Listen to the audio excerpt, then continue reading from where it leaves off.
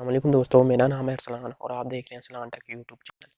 दोस्तों, आज की इस वीडियो में जैसा कि आपने थंबनेल में देख लिया होगा कि अगर आप भी अपने घर में लो गैस प्रेशर की वजह से तंग हैं तो आज इस छोटी सी वीडियो में आपको उसका सलूशन बताऊंगा। वीडियो शुरू करने से पहले आप लोगों से एक ही गुजारिश है कि अगर अभी तक आपने अरसलान टेक यूट्यूब चैनल को सब्सक्राइब नहीं किया तो जल्दी से जाकर सब्सक्राइब कर लें और साथ लगे बेल आइकन को दबा लें ताकि हर लेटेस्ट वीडियो का नोटिफिकेशन आप तक पहुँचता रहे।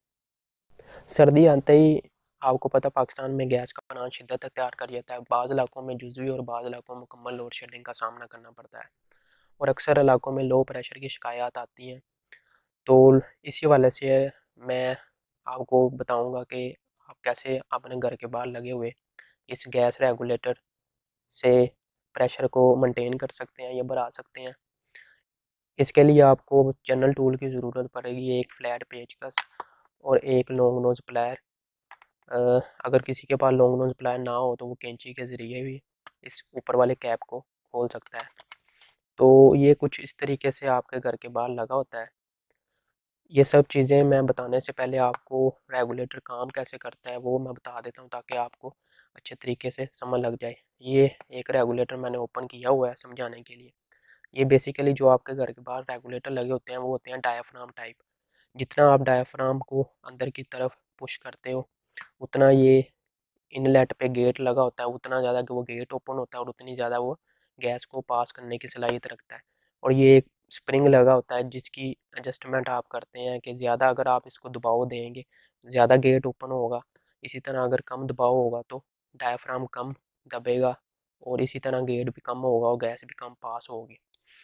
जो पहले से एडजस्टमेंट हुए रेगुलेटर आते हैं उनमें बहुत ही लो गैस प्रेशर पे एडजस्ट किया होता है, इसलिए उसको बढ़ाना ज़रूरी होता है। इसको मैं आपको डायाफ्राम को खोल के बता देता हूँ कि डायाफ्राम के नीचे एडजस्टमेंट होती कैसे है। ये डायाफ्राम होता है, इस डायाफ्राम के नीचे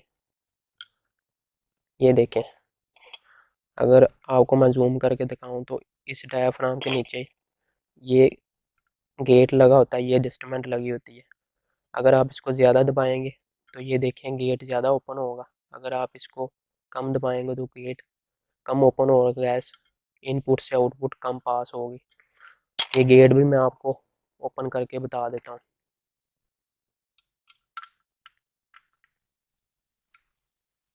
गेट को मैंने ओपन कर लिया है।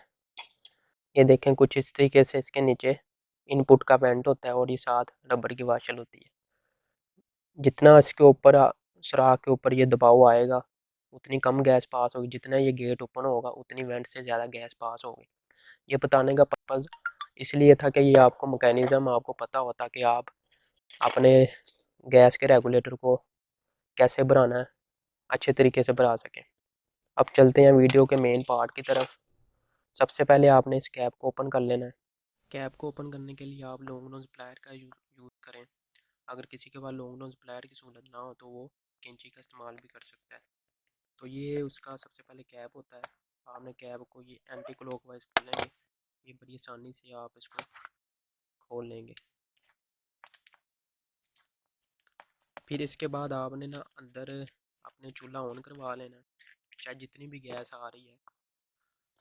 मैं तो आपको पहले ये रेकमेंड करूँगा, आपने इसको खोलना नहीं, आपने इसको क्लॉकवाइज घुमाना है ताकि स्प्रिंग का दबाव बढ़े डायाफ्राम के ऊपर और आपकी गैस ज़्यादा से ज़्यादा पास हो। जितनी इनपुट पे आ रही है उतनी आपकी आउटपुट पे चली जाए। ये पहले आपने इसको क्लॉकवाइज घुमाते जाना है, जहाँ तक घुमाते जाना कि वो एंड ना हो जाए। ये देखिए मैं घुमाता जा रहा हूँ। अगर तो आपका ये फुल करने से चूल्हे चला कर चेक करें और गैस का प्रेशर बढ़ गया तो आपको मैं यही रेकमेंड करूँगा इसको आपने नहीं खोलना। अगर ये इस तरीक़ाकार से अगर आपका गैस का रेगुलेटर गैस ना भरे अंदर तो फिर आपने इसको सबको खोल लेना है। इस कैप को खोल लेने के बाद इसके अंदर जो स्प्रिंग निकलेगा उस स्प्रिंग को आपने ज़्यादा ताकत वाला बनाना है। ये देखें ये स्प्रिंग निकला है इसके अंदर, वो आपको नज़र आ रहा होगा अंदर। ये डायाफ्राम है, ये जितना ज़्यादा अंदर की तरफ पुश होगा उतनी ज़्यादा गैस पास करेगा। तो आपने क्या करना है, जस्ट ये देखें ये स्प्रिंग है, इसको थोड़ा सा खींचना है कि स्प्रिंग ख़राब भी ना हो, लेकिन इसकी इंटेंसिटी बढ़ जाए या इसकी ताकत बढ़ जाए। ये देखें अब इसकी ताकत बढ़ गई है। आप चाहें तो दूसरा स्प्रिंग भी यूज़ कर सकते हैं, लेकिन ज़्यादा मोटा ना हो, क्योंकि वो डायाफ्राम फटने का खतरा होगा।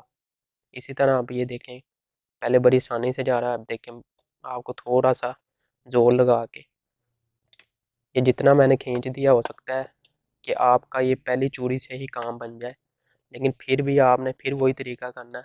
अंदर चूल्हा ऑन करवाना है और ये रेगुलेटर को क्लॉकवाइज घुमाते जाना है। जहाँ पे आपका प्रेशर मेंटेन हो या आपके लिए काफ़ी हो, वहाँ पे आपने इसको करके छोड़ के, और ये ऊपर आपने इसके ऊपर दोबारा ये कैप लगा देनी है। अगर आप ज़्यादा ज़रूरत से ज़्यादा गैस का प्रेशर बढ़ा देंगे तो आपके घर में मौजूद बर्तन जो हैं वो काले होंगे। इसलिए मैं ये तरीक़ाकार आपको रेकमेंड कर रहा हूँ, जितना आपको चाहिए हो उतना करके वहाँ पे करके छोड़ के और कैप को आपने बंद कर देना है। बाज़ लोग यहाँ पे गलती करते हैं कि स्प्रिंग हार्ड डाल देते हैं, जिसकी वजह से ये जो डायाफ्राम होता है ये अगर फट जाएगा, तो आपने अक्सर देखा होगा गलियों में गैस लीक कर रही होती है ये वेंट के थ्रू।